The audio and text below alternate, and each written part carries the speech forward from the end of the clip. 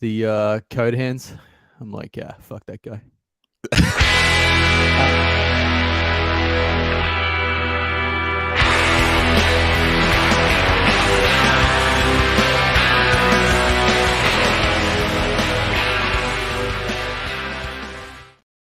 Hello, welcome to Game of Nodes, a weekly podcast on the Cosmos from independent validator teams. And we got rugged again. We actually, so Schultzy arranged a guest, got it squared away, and we got rugged. So I don't know, is that now happening next week? I got fucking rugged hard. Yep. You're aware of how this podcast works, right? Yeah, it was pretty rude though. That was a bait. That was a bait. We never baited before. That was a total bait. Well, all I can say is, Good you live by the sword, you die by the. Wait, hang on a minute. Okay, that has other implications, but all I could hear was what was that movie with the when the guy goes ahead in time and everybody's stupid? You baiting? Idiocracy. That was a bait. You baiting? So I heard masturbating. Yeah, there you go. Masturbator, Commander. Everybody's caught up. Yeah, that's exactly what we're talking. Okay, we're all caught up. So hey, so I'm going to a conference in Amsterdam next week, so I may or may not be on the Podo. But I had a message from a friend of all of us, a validator team. The Artifact guys are literally getting a fucking houseboat in Amsterdam. Yeah, I was like, John does the craziest shit. That's baller. That's so fucking cool. And I don't know, maybe they found like the sickest deal on a houseboat, but I was like, oh, that's a really baller idea. Had like a 2-second look and was just like, shit, son, not with these Cosmos prices. Like a houseboat, more like a fucking, before like a rowboat, maybe, just like a sleeping bag. It's an Aptos fucking houseboat, bro. John knows how to reward himself. He does. Yeah. That's his outlet. Well. He works hard and then balls hard at fucking conferences. Well, I guess you guys know, because you've done the Artifact Cosmos, the Artifact conference experience, where I'm yet to ride that roller coaster. So you're not staying at the houseboat? Is that what you're saying? I'm not staying at the houseboat. No, not with the party boat is probably incompatible with the very small human that needs shepherding. Oh, you're bringing the whole family. Oh, are you taking the bean? Yeah, it like the logistics. It's just like the fact that it's a long, like the thing that I need to go for, plus the actual conference itself. It's being away for 5 days. There's a train strike at this end, so once you add on the Eurostar each end, I'm away for 7 days.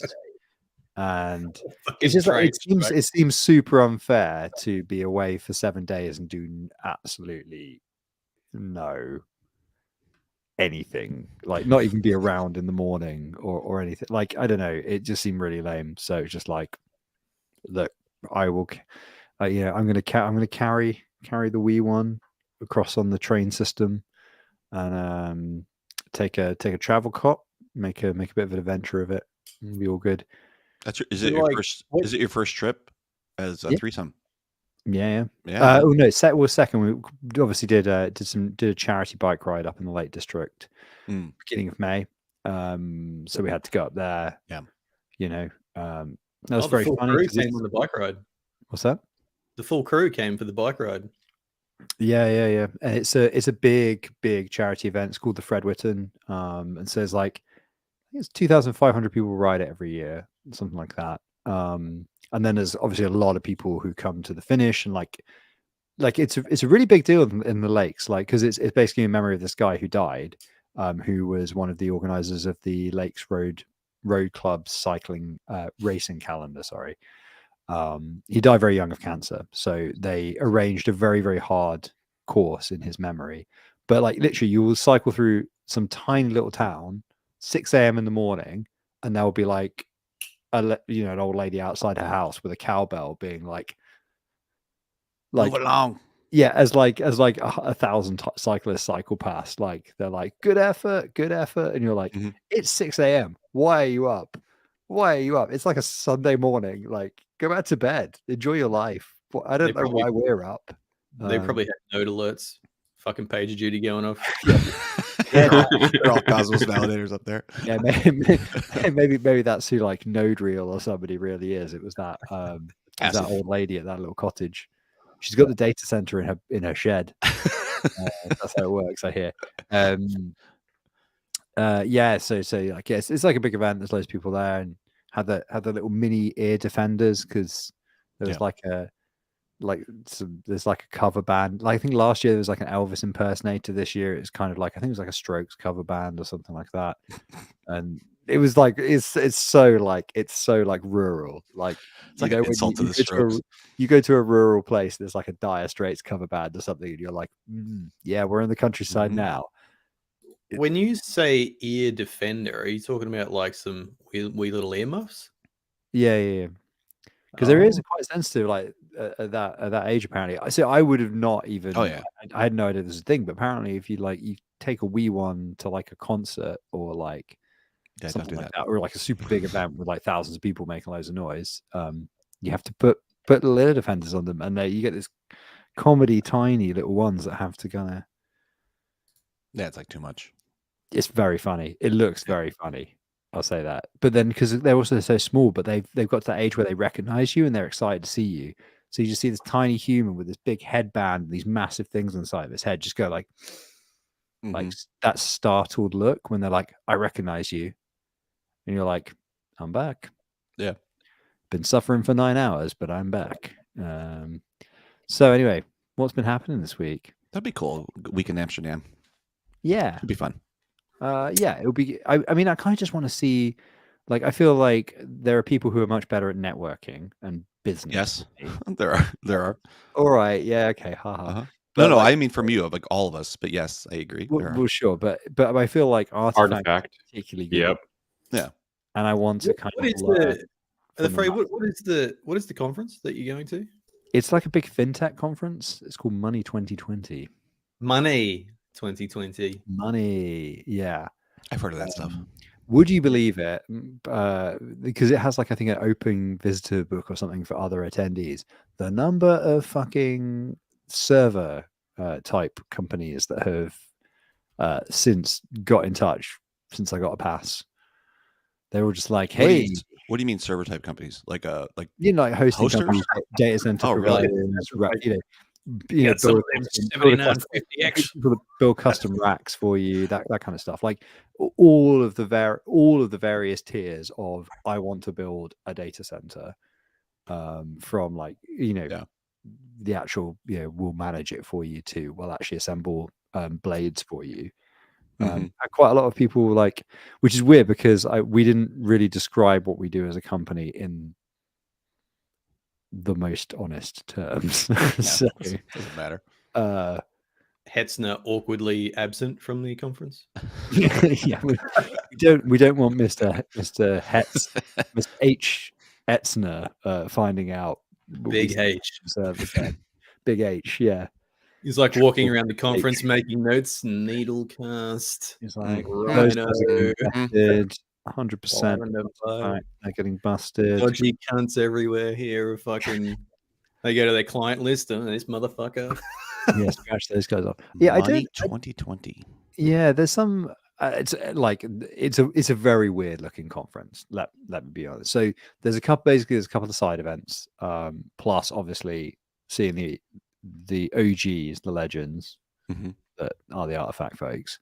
But I just have a feeling it's going to be a very weird conference compared to like I think the last one I went to was Gateway last year, which couldn't really be more different. It's like a small niche Cosmos conference. I'm sorry, Frey. Did you purchase a standard pass for this Money 2020? Oh no. That's what you were saying earlier.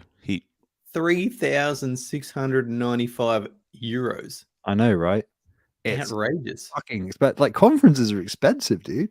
But like even I can't remember if it was this one, but it was another one where I was like talking about like, holy shit, this shit is expensive. Like obviously, it was one last year. There was like maybe it was Token 2049 or something like that, where I was just like, man, who's going to pay like whatever the number was, $3,000 something to go to a conference? And then Artifact was like, if you can't make back $3,000 in new business from a conference, what are you doing? And I was like, Artifact, I cannot make back $3,000 in new business for a conference. John's like, hold my beer. Yeah, it was just like the John Travolta meme of like, that was kind of his reaction. He was like, there's all these rooms full of people that you could make money off. What is wrong with you? John's fun to watch because he'll just go through and just chronologically go to every single person in a room and then go to the next room and hit every single person in the room and then go to the next room and hit every single person in the room. It takes a special type of somebody to go kiss 1,000 frogs. It really does. Like, and like that's a compliment because that's what it is. Like, you just have conversations about anybody with anything just to see. And then every 1,000 you meet somebody who's like, oh yeah, by the way, I'm the CEO of Giant Big Balls Capital, and I'm looking for a validator to run my $200 million thing, and nobody's talking to me. And then you're like, oh yeah, well, 999 frogs later, you get to another one of those. Sounds like you're more of a Johnny Small Balls. Yeah, exactly. No, but that's how it happens. I mean, you have to kiss 1,000 frogs to find it, right? And it takes a lot of energy to do that. Yeah, I was kind of being like, well, no, but what is it? And yeah, you were saying that. Yeah, you just need to talk to a lot of people. And I was like, you do, yeah. And a lot of those paths go nowhere. You might spend money with them. You might provide them with something X, Y, or Z, or projects turn into nothing. Or like it's kind of, but you really have to. It's mentally exhausting. Yeah, it's really mentally exhausting.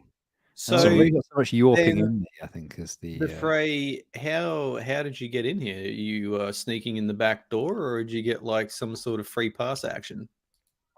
Let's just say that the vetting process that you have to go through to get any kind of fucking discount under any of the discount categories is ridiculously thorough to a point that if I had known, I probably wouldn't have bothered, but I was damned if I wasn't going to get the super cheap pass.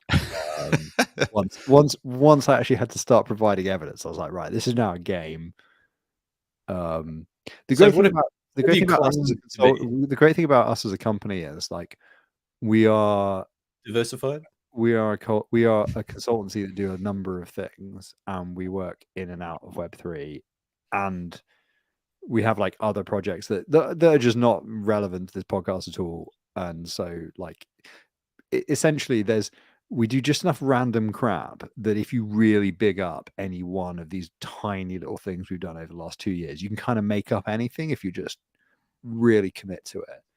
And it's like that kind of thing where you kind of go like, well, this project is really like, it was a great project for us and it's now our focus going forward or something like that. And people are like, that was a 4-week project 1.5 years ago. And you're like, yeah, but we feel like as a business, that is the area we want to develop. Really leaning on that. Hang on a minute. You need to show us some evidence that you are actually developing this area of your business. How many people even work for you? And you're like, right, okay, it's time to really lose count. I lose count. More people.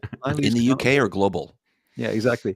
I'm just like, look, you're asking a big dog to count how many of the Jimmy Small Balls are in the building. And I couldn't tell you. Maybe go look at our Wikipedia page. It might have like some indicative numbers of our head office capacity or something. Like because there is no building. Maybe there is no building. That actually was a thing that recently happened on a contract. Was I asked how many people? Sorry, I was like, totally different question. But how many people actually work for the company as a total? Because I'm really struggling to get a handle on the context. And literally, I asked that like 3 or 4 senior people. They had no idea. And in the end, the 4th person was like, I don't know, it's somewhere between 500 and 5,000. Hey, you know what? Wikipedia might know. And they were right. It had like a rough head count on Wikipedia. And then later on, I did actually find somebody who knew, and they gave me an exact number. And Wikipedia was in like 45 people out or something. It was like uncannily close. I was like, should have asked ChatGTP. You would have got the correct answer straight away. Or that's right. The correct answer. 100%. Yeah. Or it would have gaslit you and been like, there's only 2 people that work there. Here's my sources. Yeah, of course I'm telling the truth. Yeah, because at this point, it's like your word against mine, right? Yeah, it's done that to me a couple of times where I'll ask a question, it's like verifiably wrong, and it's like, nah, I'm right. Here are my sources, and the source doesn't exist. And you're like, what are you talking about? And David I've asked says, for some code, and it's like gives me wrong shit. And I'm like, that's not right. Can you try again? They're like, yeah, no worries. Use this. I'm The like, great thing is if you need that's to not ask it right to either. do Rust, right? Because if you ask it to do Rust, it will get it close but wrong, and then the Rust compiler has the autocomplete stuff where it tells you why you're wrong. So the code's wrong, and then the Rust compiler is like, "Yo, that code is really whack." But hey, I think you meant this. And then let me just You do give it for that you. feedback Your to text editor. ChatGPT to like fix it. Yeah, and your text editor usually will have like a accept suggestion from the Rust compiler, and so like you can literally just blag at this point. You don't have to do any work ever again. You can just be like, "Hey, this is wrong," and then the compiler's like, "These types are whack. Would you like me to fix them?" Like Clippy style, and you're like, "Damn right, Rust me timbers." Clippy style. Clippy me Clippy to me. death.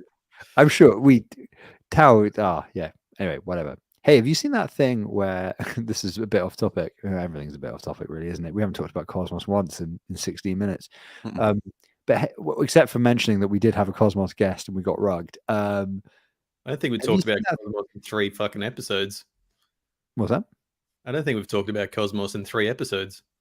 Has Yeah, anything it's happened all in the business Cosmos for podcast. 3 episodes?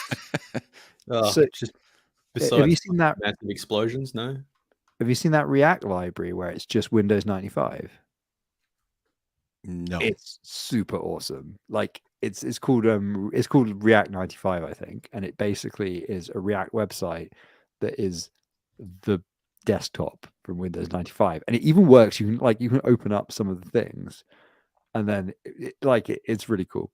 But you can obviously then use it to like make your own like React Windows 95 type website if you were so inclined. I almost did it when rebuilding the Envoys website, and I was just like, this is not going to go down well with a corporate client on the consulting side of the business. So I reluctantly, with a heavy heart, decided not to do it. But I just think, I think React 95 is so cool because I'm a complete loser. So yeah. Not exactly plot twist. I can just see the faces of everybody looking up React 95 and being pleasantly surprised by what they found. It's amazing. It's pretty awesome. I was a bit like recommending it, but now I'm happy. Speaking of amazing things. Oh, Steve, I miss you. Steve, where have you been? Where is he? Steve was in charge of the Cosmos. The prices wouldn't be tanking, would they? It'd be up only. Would it? Would it still be running Windows 95? Well, now I've said it. Hey, Is the price tanking? I didn't notice. No, not really. Yeah. It's been up. Hey, I've just found this meme which is really related to what Schultzy was said about ChatGPT. We've put quite a lot of good little memes in the show thing over the years. Like, I think this is maybe my favorite though. That also also factually correct from this week. Like, I had it was a national holiday here, so I had the weekend off and came back to like 500, 600 notifications. I was like, Jacob is my guess. I wasn't wrong. But wait, what are you talking about? Oh, the whatever drama happened over the weekend. Lots of drama. The fucking What happened over the weekend? explosion with wind and what was the other one? Oh, I didn't even see any of this. Holy shit! No, really? Lived. You've lived. Just delete fucking everything and don't look at it. Yeah. Wait, what? now. What happened? So we can talk Cosmos. All right, we can talk Cosmos. Let's talk Cosmos. How is this not in the spreadsheet? What this giant thing you guys are ignoring and just fuck it. You have massive drama. Like, Is it just more of the same shit? I literally deleted Oh, Twitter. oh, I no longer have Twitter on my phone. This last weekend. Yeah, it and was- the best I didn't bit see a about it, single right, thing. is before. So no, I'll let you talk through the situation. But the best thing about it, I want to say this up front, because the most important thing about the drama is that we were all right, because the Who's we? Like the so show remember when there was that or open source Civilization? debate, that open source debate way back when, and we were like, you need the flexibility to decide what parts of your stack and your value add are closed source, other than the contracts. Contracts should be open source, but the rest of it is a business decision, right? And somebody else will just nick Agreed. your code. Yeah. Was basically what we came down on. Well, that was Yeah. because that was on the basis of Don did a thing to say like nothing should The be fun meme unless prop. it's open source, and we said that's bullshit. Or I said that was bullshit because you're buying results, you're not buying code, right? You're buying input. Imagine my surprise that the chickens have come home to roost. Why? What happened? I don't even know. So, I mean, okay, Sum it up. Come on. yeah, I just have to remember. this shit is too dumb like, for me half a to week even ago. explain. Yeah, it was a couple of different things, wasn't it, Frey? But I think one of them was the wind contracts. So wind, didn't we like do some funding for them or something in a vested way? And then now that they've been funded, Jacob pointed back to that Prop 64, I'm going to say. I think it was the open sourcing prop, and he's like, the contracts should be open sourced, but they are open sourced. And then there was like some talk about whether or not they were copied from another project, which is clearly stated in the fucking GitHub repo that they are and always have been, based on like the Astroport contracts, etc., etc. And then it was just fucking on and on and on with bullshit for like 2 days. So wait, what's the issue so far? So what's the issue? And then it all spilled over into DAO as well. They Oh all yeah, got DAO, knives open out. sourcing. Is it that they weren't open sourced or they were open sourced? No, they were saying that they should be open sourced when they are. But then it was like down to the front end, I think they were talking about for a little while. Oh, so everything should be open source, like no matter what, anything that touches blah blah blah. Yeah, and then there's just fucking drivel for like 2 days. Fuck, man, you should have just go back. Like, I in don't. history No, I don't and watch read- it. That's the read reason I'm on this show. the public Juno chat, the fucking bile that was being spilled into that for fucking 2 days. In, was just like, in Discord. Yeah, well, I no, got- not I like got Discord, quite a few. on Telegram, the Telegram public Juno. Oh, chat. I ignore the shit out of that thing. Holy fuck. Jesus too. Christ, that thing's. I actually sat there and read it for 3 hours to just like I read 700 messages just how to many see how many like- arguments did you pick? None.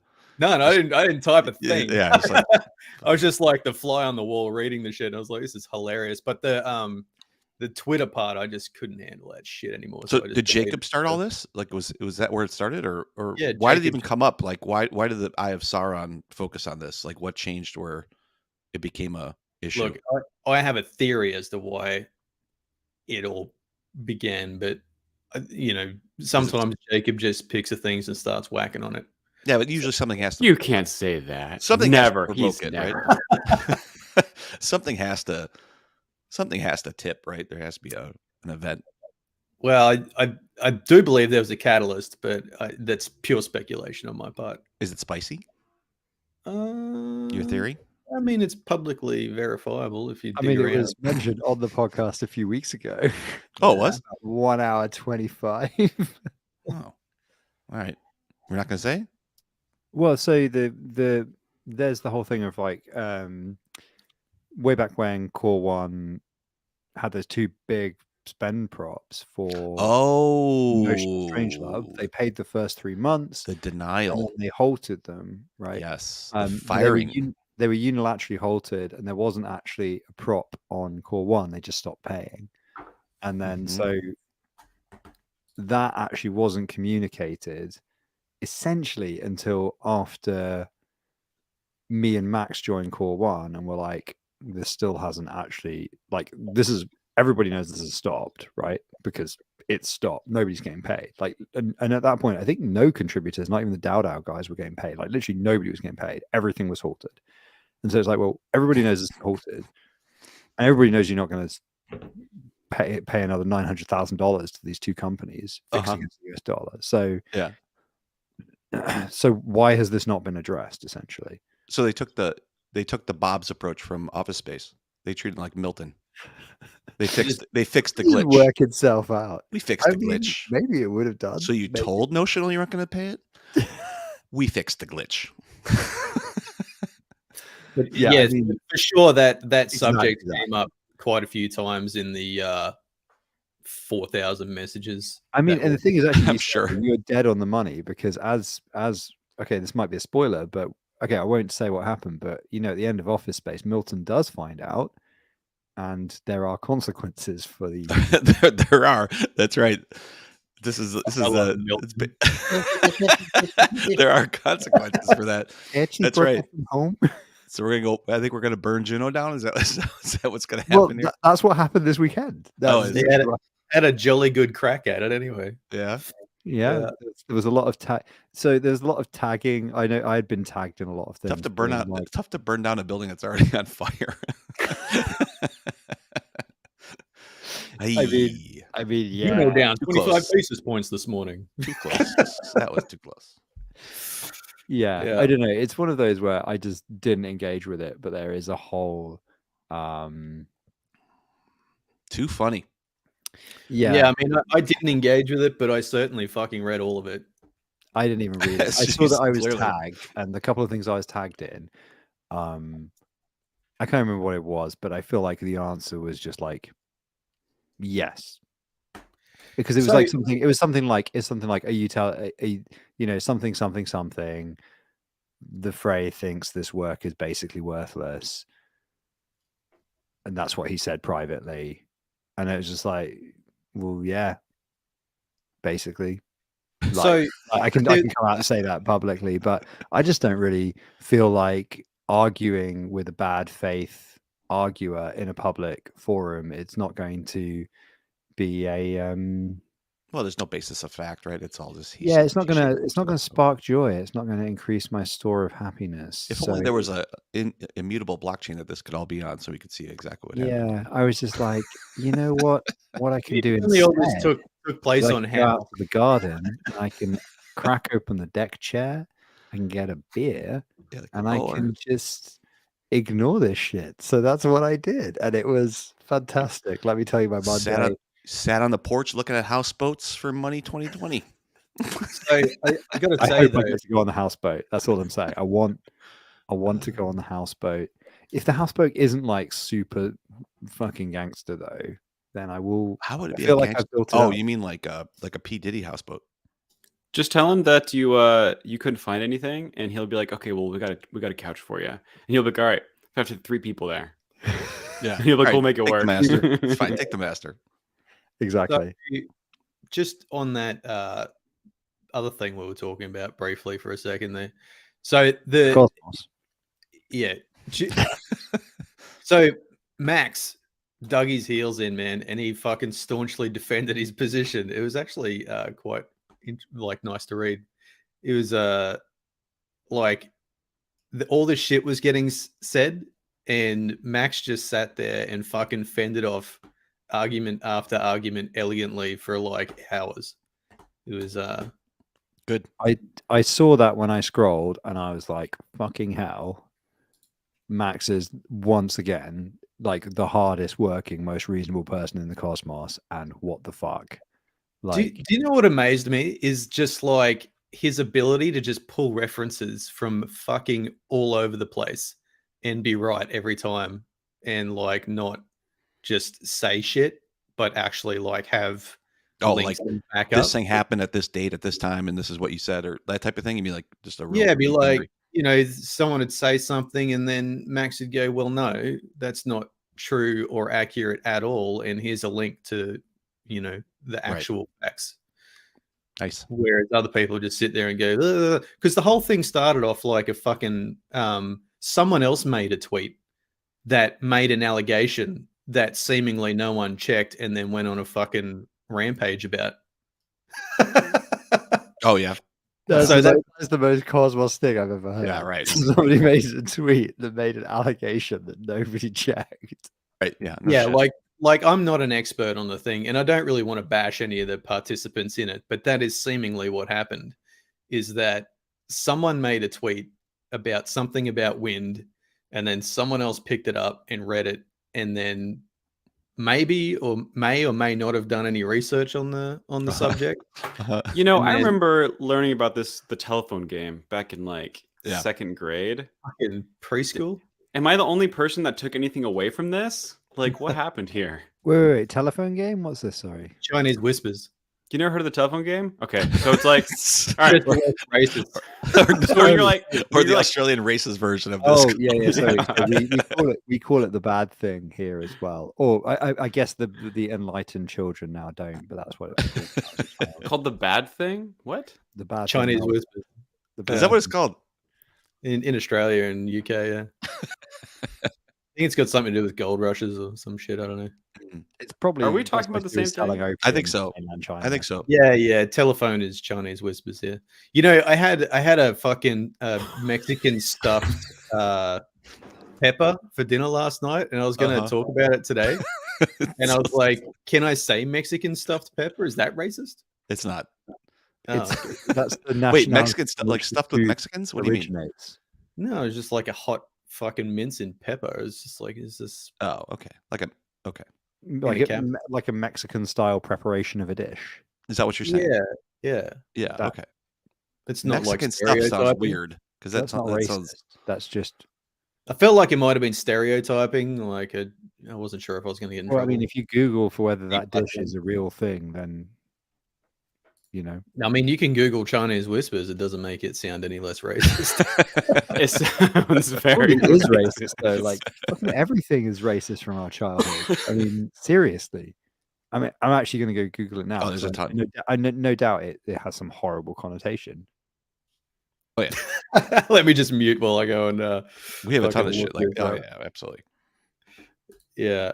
So the funky one says, "Who was the guest?" Do we want to divulge who this potential guest is? Well, it might Or be do you coming wanna next week, wait? right? Until we get Yeah. rugged again. No. Yeah. Fucking- the phrase says no, and then he You won't talks get about right. it. I have high confidence because I really was excited for this guest, and because I probably can't make next week, there is, I would say, a 99% certainty that it will happen next week, and then I'll listen back to the podcast, and it will be really interesting. I'll be like, I wish I could have disrupted the flow of that conversation.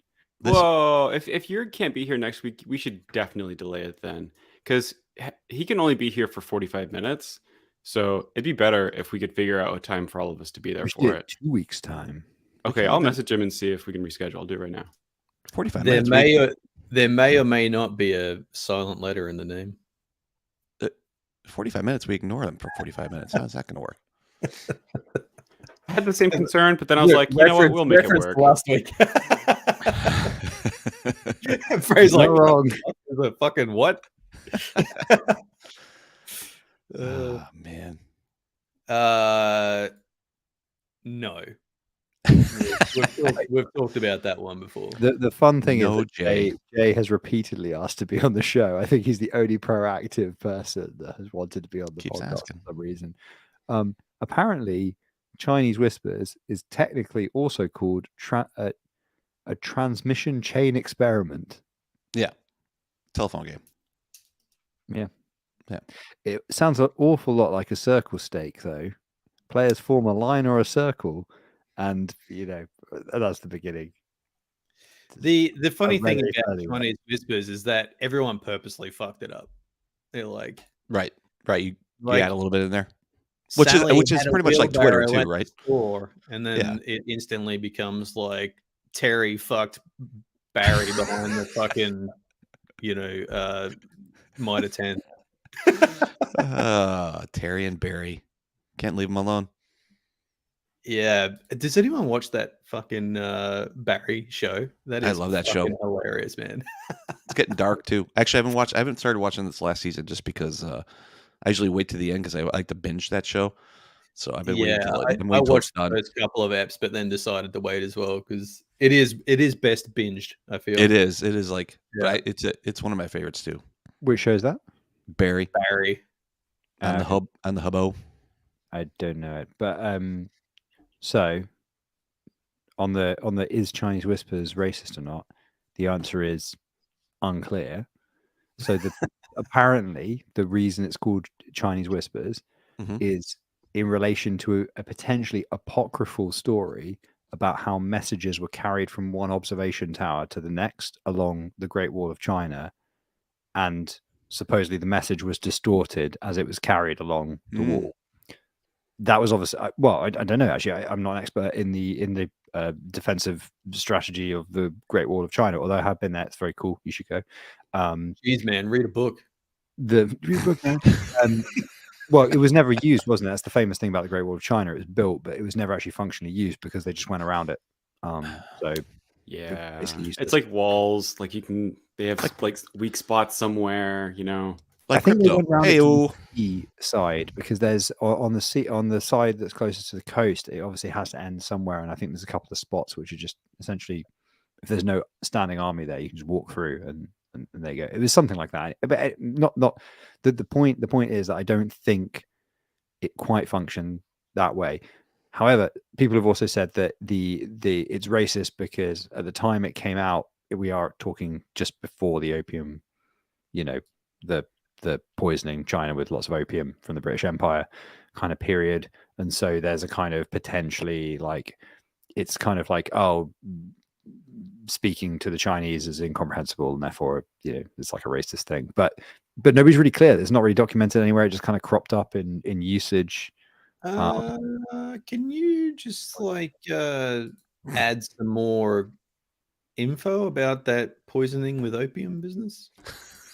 Wait, what? You don't know about like the opium wars and stuff? Yeah, you didn't know about the opium wars, man? I used to have this game on my fucking Nintendo or my Opium Wars? Windows 95 PC called fucking Drug Wars. Opium Wars for Related. Nintendo 64. You didn't play that? Frey, I think you need to get this since it's kind of up your alley. Well, I mean, I guess I'm kind of so well, yeah. So like the opium You're wars, implicated. they made a lot of opium in India, Afghanistan. Afghanistan. Home of my forefathers. The British, who were obviously also, pillaging that country. So they're pillaging that country, getting a whole lot of opium. Happy days. I'm oversimplifying, but it's okay because, they occupied a country for 200 years. So fuck it. Anyway, lots of opium. Happy days. Need a big market to sell this to. Hey, China's a big market. Lots of people live there. Take it there. Let me get this right. It would be the tail end of the Qing dynasty. I think that's correct. Yeah. We're not super jazzed about the introduction of shitloads of opium. Not a fan. Not a fan. Not a big fan. We're sort of like, hey, we're gonna have to strongly object to your massive importation of highly addictive opiates.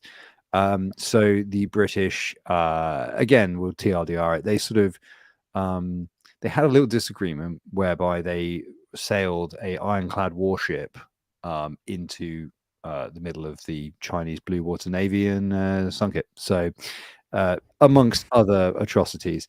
So there was a little bit of this is what's called gunboat diplomacy, was where somebody disagrees with you and you say, well, I'm massively militarily superior to you, so I'm going to ignore all of your internal policy problems that are caused by my selfishness, and I'm going to instead shoot all of your people and continue selling them opium until I get more rich. In fact, there is no end state because I actually just want to keep getting richer. So I'm just going to keep doing that until I no longer can. So that's my potted summary of that period of history. And at the end, of course, the British go, let's have Hong Kong as well. Why not? 100-year lease for £1.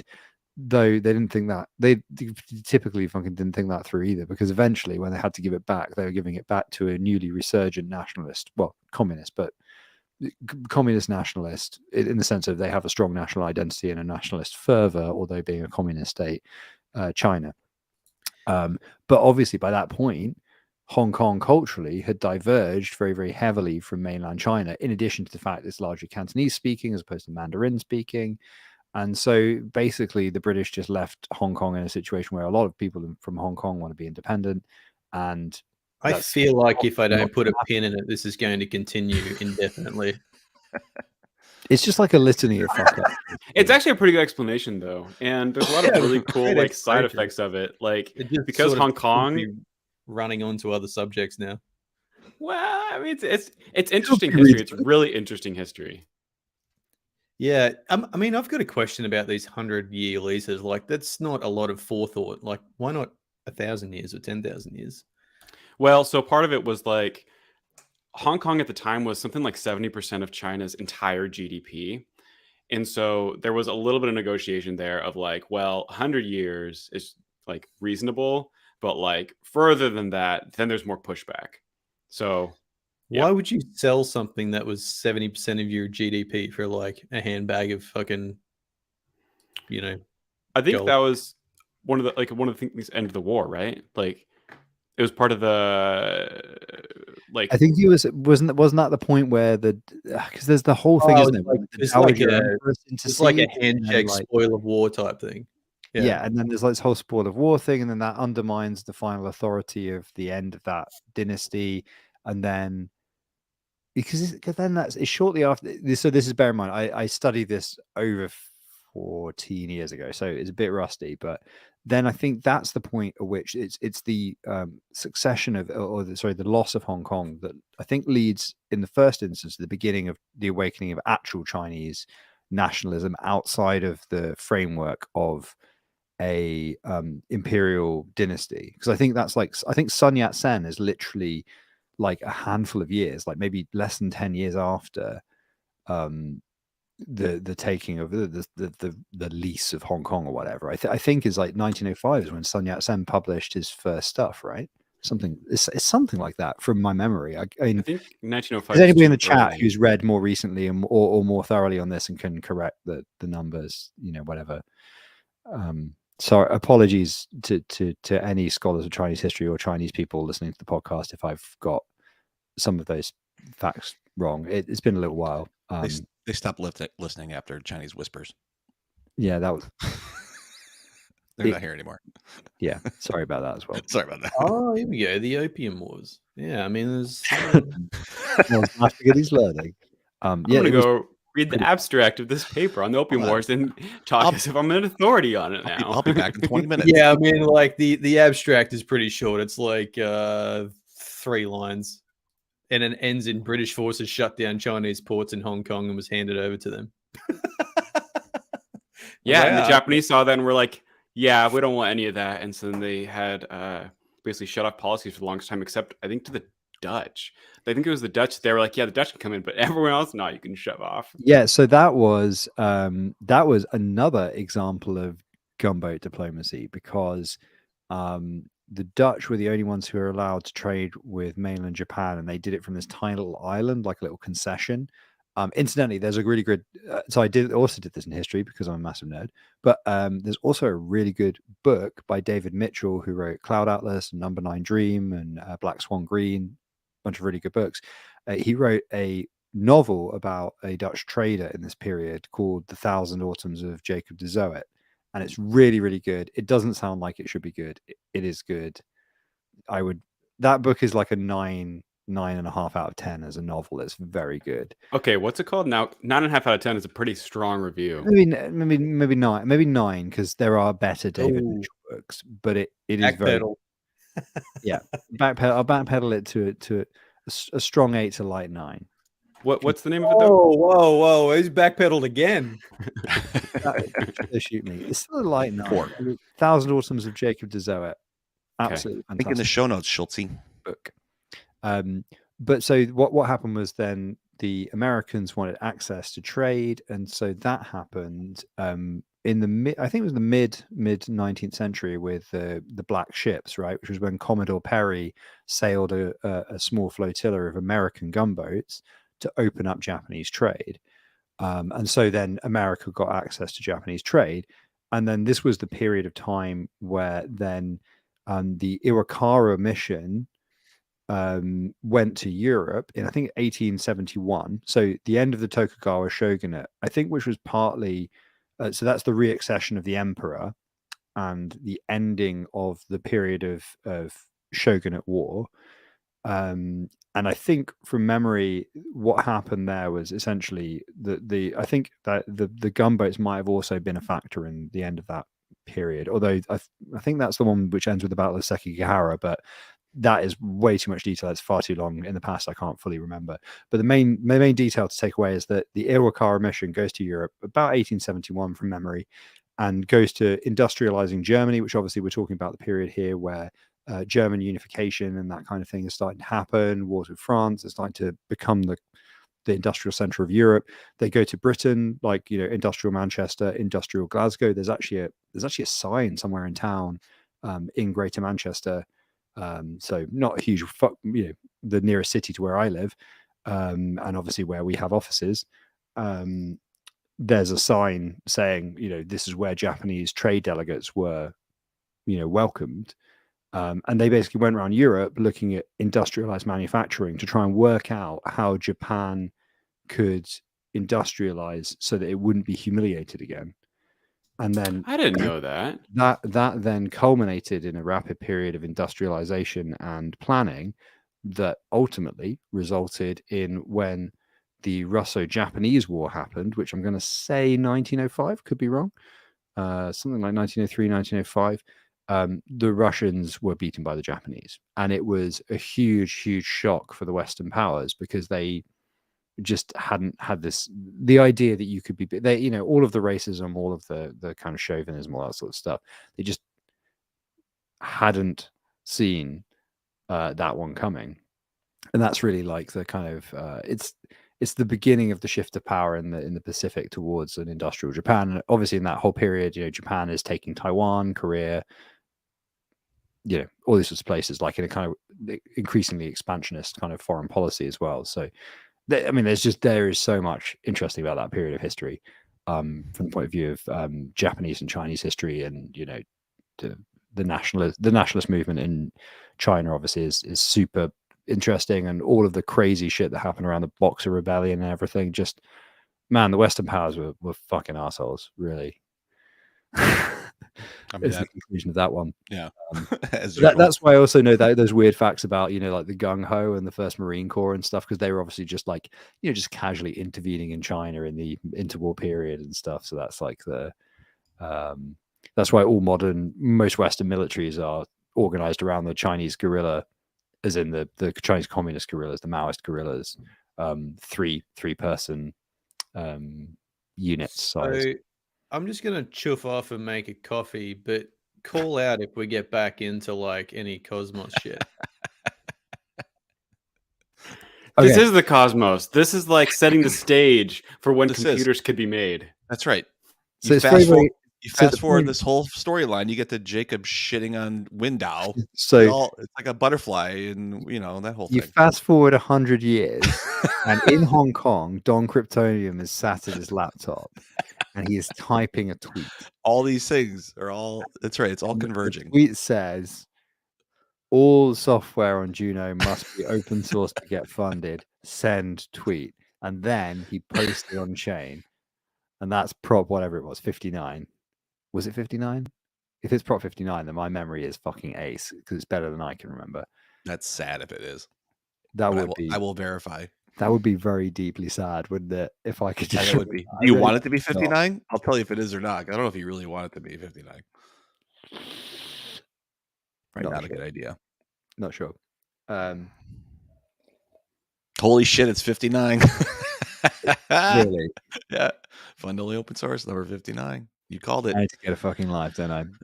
Those brain cells should be re-diverted to something more valuable than that piece of information that you're holding on to. But the main thing to take away from this is that indirectly, the Opium Wars created a discourse of strife, of hostility, of negativity, and of course, imperialist overarching violence that ultimately would result in Prop 59. I'm going to make that a sound clip. The ebb and flow of history, baby. That's how it works. It all comes Cause together. and effect. That's all we're doing. It's cause and effect. We're just flapping in the breeze to the tune of these great forces beyond our understanding, you say, but that's how it works. All butterfly wings, man. It's just a butterfly. I do think about the butterfly flapping its wings for the last 2 years and going, That's exactly Yep. what it is. Next thing you know, Prop 59, and here we are. Yeah, I was reading some stuff about systemic stability the other day, and I was like, no such thing, baby.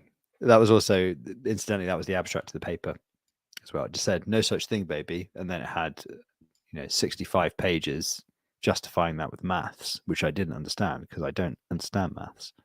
What we should do is we should cover all the Cosmos stuff while Nell's making a coffee, then come back and talk about something else. What other Cosmos stuff was there? I think Huckleberry. Yeah, Huckleberry. We can talk about that now, right? Oh, Huckleberry. Yeah, we accidentally disclosed that the other week on the podcast. Nobody knows what the hell it was. So it turned out to be. Is it more of an RPC? Was it more of a relayer thing, or maybe you can break it down? Schulze, do you want to? No, you go ahead. I know the basics of it, but I'm sure you are in deeper conversations about what it actually pertains to and what it affects. I know of it tangentially. It's about fee grant on the accounts, isn't it? So the reason that nobody's freaking out is because it doesn't really affect many accounts because almost nobody's using fee grants at the moment. For people who don't know, can you explain what a fee grant is? Schulze? Yeah, so fee grant is like, so for relaying, I relay. Oh, I'll look that up right now. I think we just crested for relayers. Very relevant for relayers. So I think like Lavender. We are decisively number one in terms of relay count. We have relayed 350,000 transactions this month, and the next is 270,000 transactions. So almost 100,000 more transactions per month than the average person. Imagine funding that every single transaction manually for those wallets. We're burning through probably more than 1,000 Osmo a month. If with a fee grant, you can just say, hey, I've got this one core wallet, feed everything, and it'll just pay it all for you. That way you don't need to feed individual wallets to actually feed things. It pays transactions for you. So it's basically allowing you to associate fees to a transaction to like maybe a community fund or something else that's coming out of a central pool. So you're not doing transactions and dealing with delegations and all that shit. Yeah, exactly right. So pays the fees. Yeah. Oh, are you back? Yep. Oh, welcome. Exactly right. So like if you have Auth-Z, if you have relaying, if you have like you want to claim your delegations, you can have all these different wallets that do different things. Yeah. But you can have them all those fees can come from one central wallet so that only it has to be worried about for whether you actually need to fill anything up or not. So yeah, the only person that the only validator team that I'm aware of that actually uses it like wildly extensively is Crow's Nest. They use it for everything, and it's really impressive to see what they do. But that's what fee grant. Does that mean they set up their own central wallet and then everything fee grants off that wallet, or is it still back to the individual teams? They have their own singular wallet that feeds everything. So they have a fee wallet, and then they just fund that basically. Correct. Yeah. Which the implication there is that they have all sorts of like built-in scripts and stuff to do things for them. Really cool stuff. Yeah. Okay, so this happened with the Secret Halt. Why was Secret involved? Or it just happened to be found during Secret? Upgrade. Yeah, so the Shade protocol, they were building out fee grant because I talked with the team quite a bit about like relaying, what the difficulties of it, like doing costs, and so they started doing a fee grant module, like middleware, I believe. I'm not quite sure the exact story, but they're interested in relaying because Secret succeeds through relaying, or well, the Cosmos does really. Yeah. And they found a bug, and they fixed the bug, and then Asaf submitted a PR to the Cosmos Hub with the fix, the security fix. But it's like it's considered a fairly major for fee grant. I think that something like $50,000 or $100,000 USD was siphoned from a team through the bug once it was found and the PR submitted for it. But the interesting thing is like, so are you saying that the siphoning was resultant from the submission of the PR, like before they could patch it? Because so the problem was there was no so it's disclosed in private. Yes, it should have been disclosed in private. Another win for open source. Yeah. Yeah. So it should have been disclosed in private. And it's actually more secure. So if you could just warn that, thank you. Shout out to Shade team though. I had a look at their product the other day. It's pretty polished. I like it. Yeah, the Shade team absolutely kills it. They do really good stuff, and they really care about their product and their users, and they're one of the stronger teams in the Cosmos. I'm willing to go on I don't know, contract saying that, whatever. You are. That's an official yop, is what that is. That's an On official contract? statement. It's a fucking You're yop gonna right go there. on contract. Sorry, I couldn't think of the word. On Record? Rad record Thank you, record. That's the Yop? one. I'm spacing. Listen. on yop. On Yop. So yeah. So Shade put that in, or Asaf created that and somebody actually siphoned some funds while they were watching those types of disclosures. Yeah, that's right. Yeah. Now So somebody had is, somebody had $100,000 in a fee contract. Is that what it was, or maybe it was pointed towards a community fund or something? Like how would that happen? yeah, I don't know exactly how it happened. I don't know who it pertained to. It also could just be hearsay. I heard that's true from someone, but I don't actually know. Now, the interesting thing about it is that like it was very specific. Like only validators could like execute it or could actually take advantage of it, and they had to be a relayer. And there was something specific, like you had to have failed a transaction acknowledgement and then sent a type of like return acknowledgement that was like custom modified. So you had to say like you still Really? want to actually pay it with the fee grant, even though it didn't come through. Like it was very specific to actually achieve it. That's why a lot of chains were like, "Do I need to fix that?" And send them? Right. Really? Right. So, but all the chains did push updates, but that was really. But you said it was really. Was that a chain? It was obviously for the chain, but it was, I assume, like the relay and the relay software was also modified as well. Correct. Yeah, Hermes and Relay were both also fixed for it. So in theory, with those two being fixed, it shouldn't really be an issue anymore. But it's better to just fix it. But I guess you could run old versions of those software. But you would have to be a relayer to do that, right? So that seems like it's kind of counterintuitive to that. Correct. That's why it's such a specific thing. And not all chains have updated. We have quite a few on our list that just didn't because they don't use fee grant. So why be concerned about it for right now? And if you have an upgrade scheduled anyway, just roll it in with that. So Ben asked, could a fee grant be implemented for normal users, eliminating the need for native tokens on every chain? Yes, absolutely. In fact, I have implemented that on Secret. One of the first things I did in the Cosmos was implement a fee grant bot, so to speak, for whenever people needed to do a swap on like secret swap. They need a little bit of dust, right? To do that. Fucking hassle. It was, yeah. And then you could just use that, and it would do it for you. But that no longer exists. I mean, another way of not having to use a different token on every chain would be to just use USDC. That's what Ellis is doing. They are a swap that's going to be completely paired with USDC, and everything's going to USDC. I feel like that would 100% though kill the tokenomics of every chain. Because they might have an actual token that actually has value they can't manipulate, like not that it's a security or anything, not that it's something's open for manipulation, but. So, in other Cosmos news, so Injective is doing a upgrade tonight, I think, or like in about 12 hours. It's tonight for me, 8 o'clock. But I've noticed that there are quite a few validators with like the low commission on there, like 0%, etc., 2%. And I think that this upgrade might be like forcing everyone up to 5%, which might be interesting. Well, so here's the funny thing about that. The reason why they're having to do that is because Injective has a custom module where you can only increase your commission by increments of 2%, I want to say. And most people will set 1%. So if you can't upgrade by more than 1%, then you're just not gonna.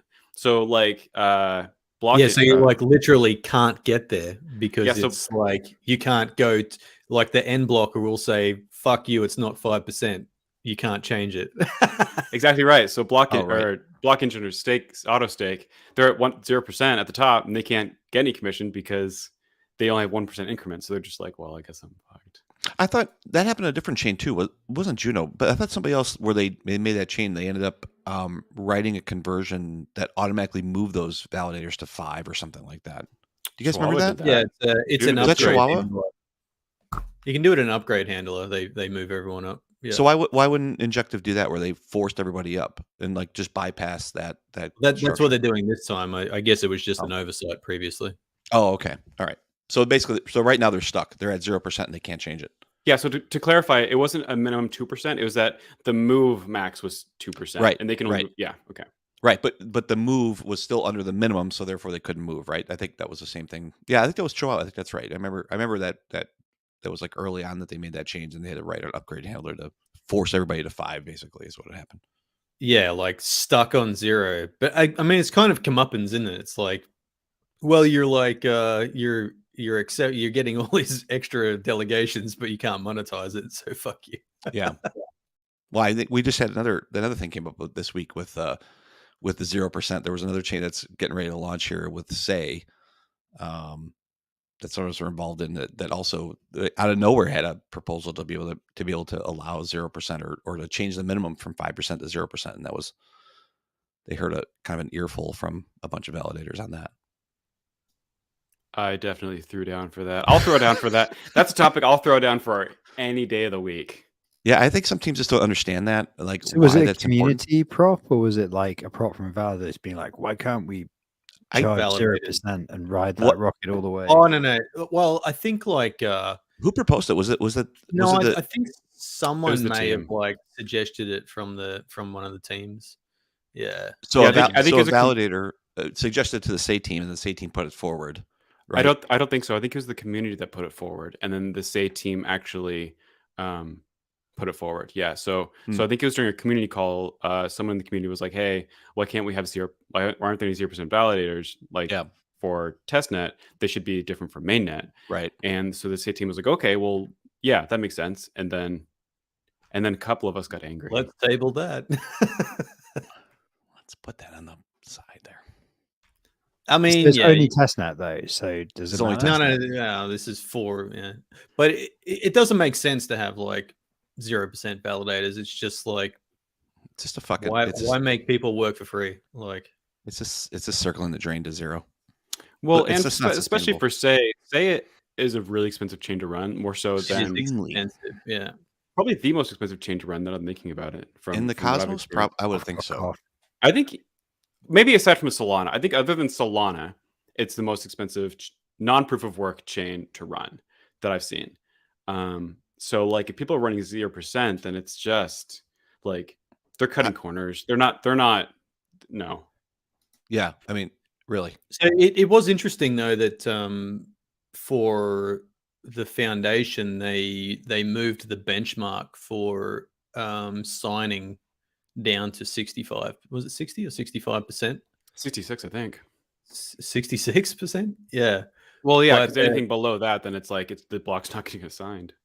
Yeah, so they're not pushing like 100, like Yeah. 90% though. Like they're saying, yeah, we know that it's like difficult on hardware to validate, and But that just also means there are in going to the- be a bunch of validators that never sign, right? No, I think No. there's a sign. Just the miss is pretty high, just because, especially it moves so quick, and I think Tendermint really, even I mean, that team has done a pretty amazing job with just the core underlying protocol here, because this protocol is never built for 300 millisecond, 400 millisecond block times. Yeah. And there's a shitload that they've done to be able to engineer through this problem. But It's even been with so that, much fucking iterations, like trying to get it right. yeah, and they've solved problem after problem, right? And I think they've done a pretty excellent job of kind of approaching problem after problem. And anyway, but even with that, there's also just kind of the size of the Earth issue, and the size of the Earth issue is that in this protocol, at least, when you don't have overlapping blocks or something like you have with Aptos and other types of things, where you have some sort of sharding of signatures and those types of things. But when you don't have that, I think it's really difficult to be able to have a very distributed set of validators in the structure. And you really couldn't have, I don't think you could have 100 validators on Say. Like I think you're launching with 35 or something, and that might be it. That might be it for good, because, and even they're trying to kind of do some global distribution, because right now everything's pretty much in Western Europe. And if you're in Asia or in the US or something, I think you're kind of screwed. Like you just can't. That was you just gonna can't sign be my fast enough. question. Was because of the way because of the way Tendermint works versus the way that Hot stuff. Yeah, Hot hot stuff works. Like Yeah. because you have the leader election. Well, I guess my naive understanding is because you have the leader election. Correct. step, you always have the possibility that you're essentially like the leader will be adjacent to you geographically. Yes. You'll be okay. Or if I mean, and I think this is why the Aptos team was so keen to have at least a reasonable spread of geographical nodes, because you want, if you have any of them distributed, you need to have a significant enough percentage of them so that if the leader lands in an area where it's, you know, way out of, say, Western Europe or US East 1, Yeah. like, which are the two hotspots for nodes, that there will be peers nearby it geographically, because of you know, the ping rates and timeouts and all that other stuff. And it's like even more important for Tendermint, where the P2P, like the Polka and everything, has to happen in a really specific way. But like, it sounds like they've got around that by just reducing the threshold way down. Like But then Yeah. but I guess the so we'll kind of see how that happens. But to the point is, like it's incredibly expensive to run that, because even though they're pushing a decent amount of transactions per block, I think they've been averaging 20 or 30 or 50 or something like that, right? Like transactions a block. Like during testnet, we've been kind of pushing that or more, like consistently, on wherever that's coming from. And then just the hardware to require to do that is pretty significant. Like Schultze said, like, I don't know if it's Solana like, but there's a lot of waste, I think, that's going along with that, even as much work as the team has done within that. So how many validators is Say launching with? 35, I think. I think that's right. Yeah. Okay, Yeah, so it's not a huge 35. number. And there are, Uh-uh. I mean, that would be an unpopular position to put yourself in if there's only 35 validators and you're the only zero commission and you get like up the chart. Yeah. People Yeah. come for you. But I think, if I remember, it's not I don't even know how inflation works within Say, or if it's going to be more fee-based type structures, right? I think kind of following along with the Kujira type of idea, where since there's a significant amount of transactions expected, it might be more from a transaction perspective. So I do believe that the inflation is going to be quite low. It's not a pumponomic chain by any means. Yeah. Yeah. But they did like and I think it is going to be like pretty fee based, because they were doing throughput tests like in the early days of the Atlantic 2 test net, which resulted in a lot of fee commission. Yeah. I'm going to say. So I'm pretty sure then that is like part of the model to have rewards through fees and throughput. So, and I think today they just upped the gas by like 350 times, right? Something like that. It's way higher. Yeah. Absolutely. Yeah, they went like 400x on the gas. So I appreciate that they're. Sorry, go ahead. No, I think we're going to say the same thing. It was like a 400x jump on the gas. So I think I heard there was a comment, like, expectations that it should cost a few cents to run a transaction. Like, it should not be free. Like, it should be some portion of $1 that actually comes into a transaction. So as transactions build, there's actually a repeating type of structure here. And I know there's a lot of benefits around this idea of like a zero cost gas structure within the Cosmos. There's also there's a gradient between it being nothing and also $7 per transaction, like in Ethereum. And zero is not great. Like there's some benefit of having 10 cents towards a transaction. Well, the core belief for all these chains is that you bootstrap them with inflation and then fucking graduate to like fee model. But like at the same time, a lot of them are like, well, let's fucking have no fees. Well, it doesn't make any sense. You want to get people used to fees. But you know, like, I totally agree. Like, a few cents a transaction is perfectly fucking reasonable. There's no reason it has to be zero. And if we're not like making money from the fees, then why the fuck are we all here? Like, you know, correct. You have to pay for service. Like, it's not. It's not even that much. Inflation doesn't pay for really small numbers. Yeah, inflation is not the way to do it. It just fucking robs people. So. I really appreciate that they're willing to do it chain wide. That's not really adopted too much right now. I think it's only Osmosis, maybe Evmos, Juno, and I think Say is doing it now. I think that's it for a minimum commission or minimum gas across chain, and that's a really cool thing. So in Osmosis early on, there was like a handshake minimum for validators, I but a remember lot didn't.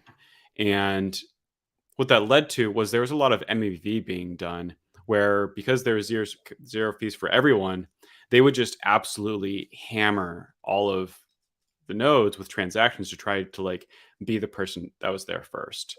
And so that led to a lot of like blocks filling up and state expansion. And it just, from a validator and like a node maintainer perspective, it sucked. That's why epochs took so long, because there was, let's say 5 people spanning 1,000 transactions for a single block because they wanted to get the arbitrage back from a chain.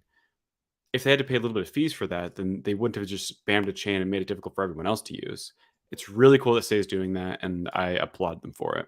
So what you're saying there, just so some clarity, you're saying that there is a chain minimum gas, not a validator agreement of minimum gas. So regardless, even if a validator sets it at 0% or at 0 whatever token, that the chain, that it still is a rejected transaction because it didn't meet the minimum. Correct. Yeah. So it like the process is like it'll look at the node that you're actually seeing a transaction to. If the node transaction says 0, then the transaction will go like one step further, and then the chain will look at it and be like, okay, well, it's enough fee sent back, and the chain will be like, well, there's not, and so then it'll kind of like roll back and error out. So right, yeah. So and really I would cool. say it's probably important to have that, given that the Dex module to stop like Dex modules spam, which like given that in the testnet it's free to run because it's not your own money and there is just tons of fucking spam.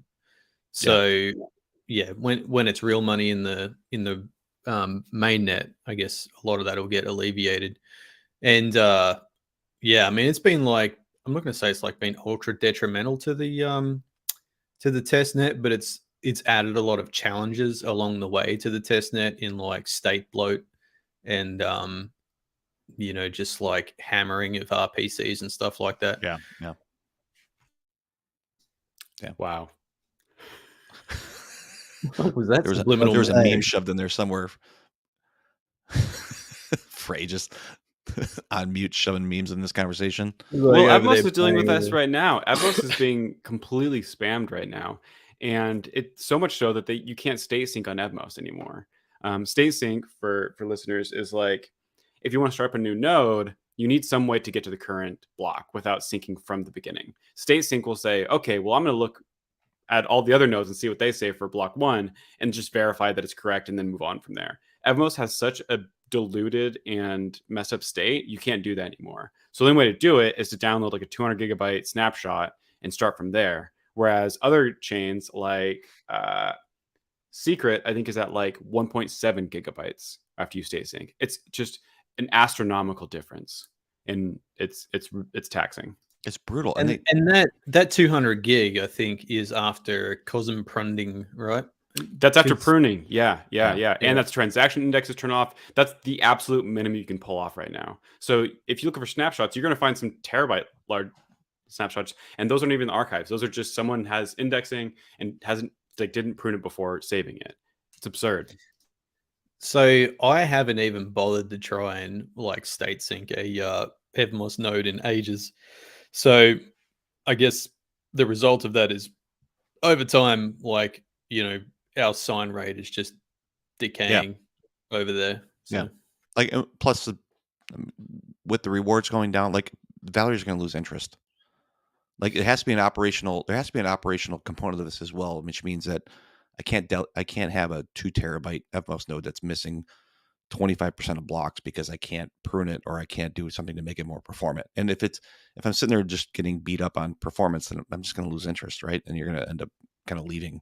And the weird part about that too, because the team, they just made a change. I think there was a memory issue with state sync, but they weren't really looking at this before that, and somebody brought it up, and then they were like, they created a new version here around when Huckleberry came out with that supposedly fixed the memory issue. But I still can't get a snapshot. I still can't get a state sync snapshot on that chain. I just tried a couple days ago, to bring it back forward, and I tried for 12 hours. I could not get. I couldn't even get a single snapshot to even start pulling in components in there. So it's frustrating. Do you know what's really strange on Evmos is I have a node that is like super old that I haven't done anything with, and the drive thrash is like really significantly less on that node than what it is in newer nodes that I've brought up. Yeah. Yeah, I don't know why that is. It's still like at the head. It's still the performance of that node is actually pretty good too. But like the other node in the swarm is like just thrashing the shit out of my drives, and the like my Evmos RPC as well. It's just I've got it on it's like out there on its own, and it is just beating up the drive. I don't know why it's the newer nodes which are doing it, and the older one. I had two older ones, but I deleted one not like a week ago. But the two older nodes were fine on the drive thrashing, but the two newer ones are just fucking it up. Yeah. Yeah. I don't know. I couldn't even tell you. Maybe it's something with pruning or something else like that. But I don't know. Kind of losing interest in like they are exactly the same settings. Are they? Yeah, but I mean, there's no money in Evmos for the validators. Like you're validating for free over there. I don't want to talk out of turn. I don't know if that team has given up, or like just you usually have a little bit more forward communication about problems and solving problems and like upgrades, and there really hasn't been much, I don't think, coming out of the Evmos team recently. And I'm not sure if that is just like, would you agree with that? Like, I don't know if it's that pressure or what that is, but like I just don't see that. I don't see the hustle, at least on the operation side. I would push back really hard on that. Yeah. I'm still pretty bullish on Evmos. I think that they're still a strong team. They're doing cool things. I think that for a very long time they were over communicative, like to the point where I had muted the Discord for a while, and like I check back every once in a while to see if things were happening, and that's it, because they just did too much. And I think that this is an example of them just the pendulum swinging a bit and then figuring out where they're at. They also lost their main communication person, Evmos Chan. Yeah, Evmos Chan. Yeah. Mm-hmm. So I think that honestly, even with where it's currently at, currently I think Tricky is the main communication person, and I think he's doing a great job. I think that he's communicating they're not being over. Tricky stepped back. Tricky stepped back. Yeah, well, then who's doing it? Really? Who's doing it now? Don't know. I'm not talking about. I wasn't talking community. I was just talking node ops specifically. That's all. Yeah, I think that this is just an example of the pendulum swinging the opposite direction, and I don't know. I appreciate it. I appreciate that they're still building. Like I can check their GitHub and still see that they're doing stuff. It's just not spamming everything. Yeah. Right. Yeah, I think recently they've had a lot of backlash about the founder that left and is like selling tokens as well. Yeah, that doesn't help. The token price is in the dirt. So yeah, I wonder if we're very resolutely in eat each other season at the moment. So yeah, I mean, it's kind of what happens at these points. And until everybody's finished chowing down, yeah, it's kind of hard to judge sentiment, isn't it? Except on the hub, where the price means everybody is living in a sunlit upland. Yep. So Juno at about a 50 million market cap, which is probably where it should have been in the first place. Hey, I mean, in hindsight, the blow out all of your Juno to get into the hub val set when the two prices were disjointed in the favor of Juno was the 4D chess move after all.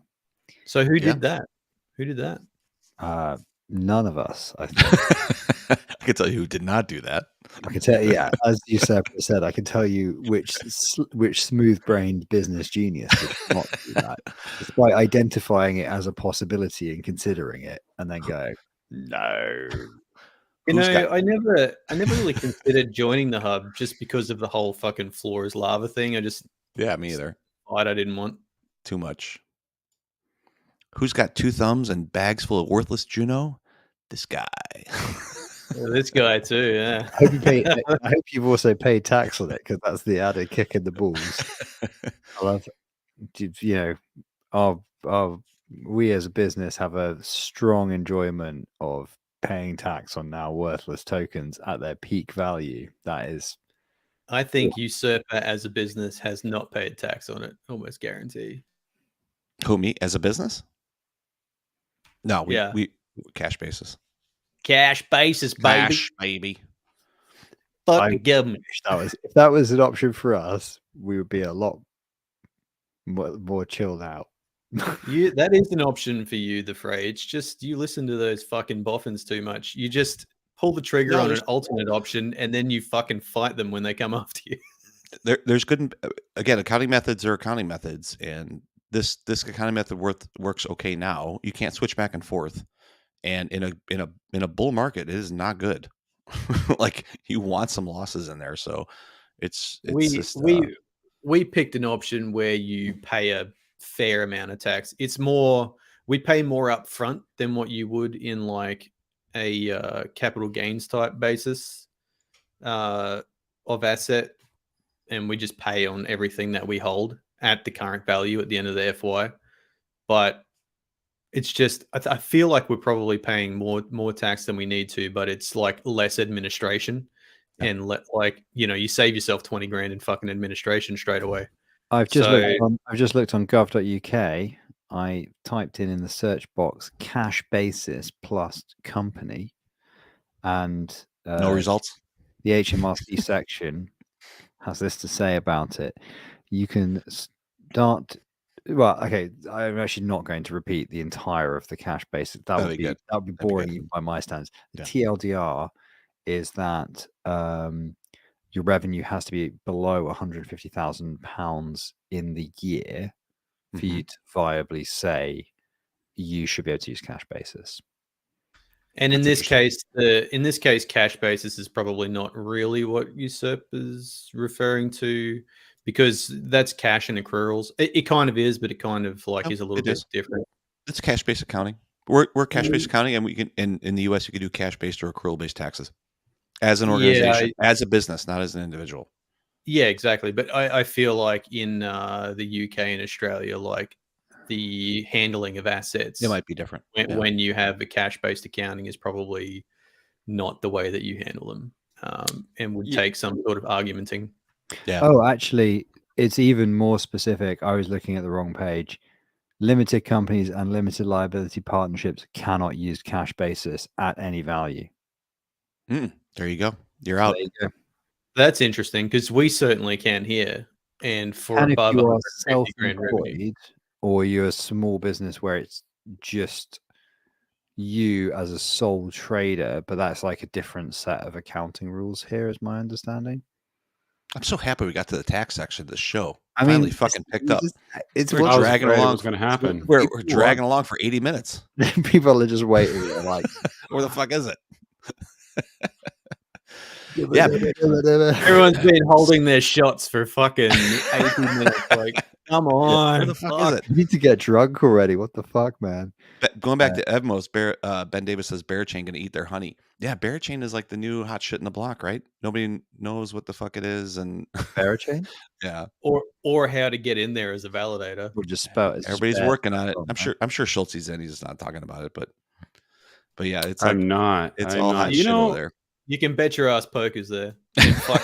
Imperator and fucking exactly. Cosmo Station. Yeah, exactly.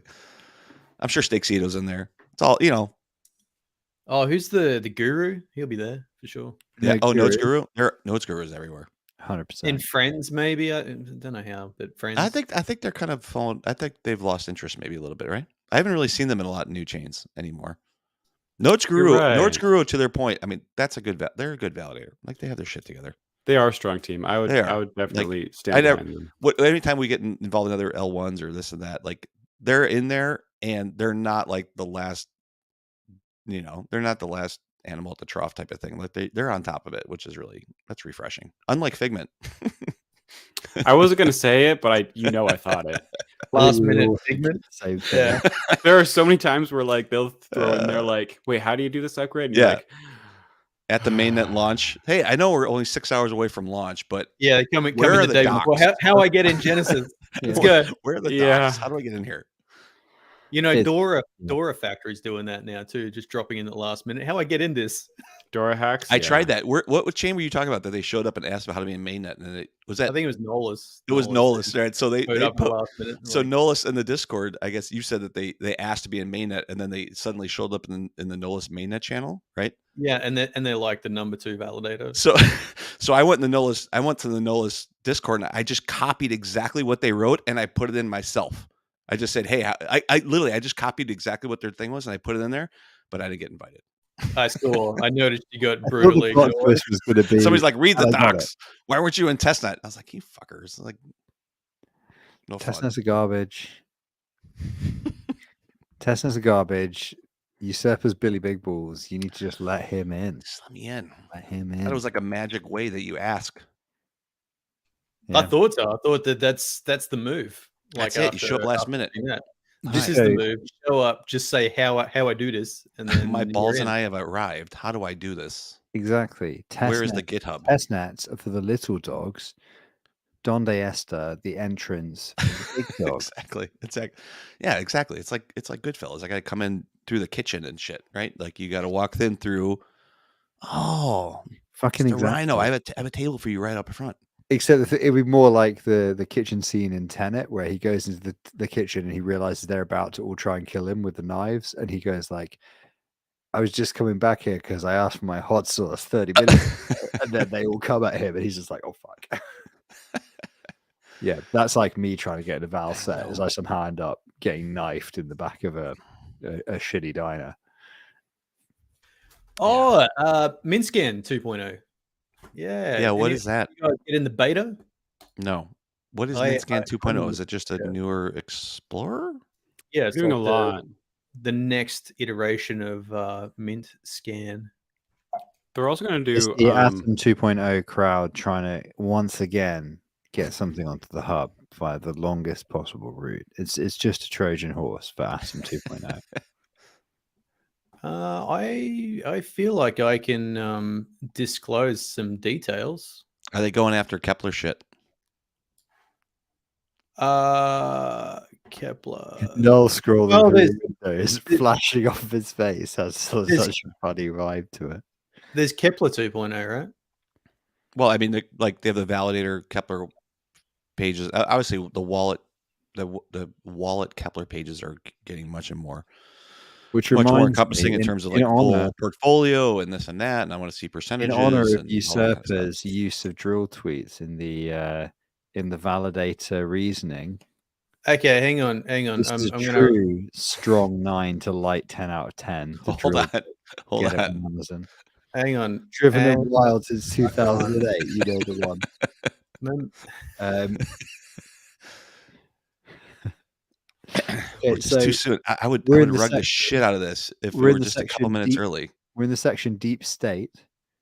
Not many good WikiLeaks lately. Was hoping Julian would find out which individual or agency keeps ripping the gutters off my house. Am I keeping track Love of this it. timestamp? Didn't we delete this section? I thought we got rid of this section. I had a moment with that tweet. It's the section. A that never moment. dies. It's the All right, section. back that to never Minscan. dies.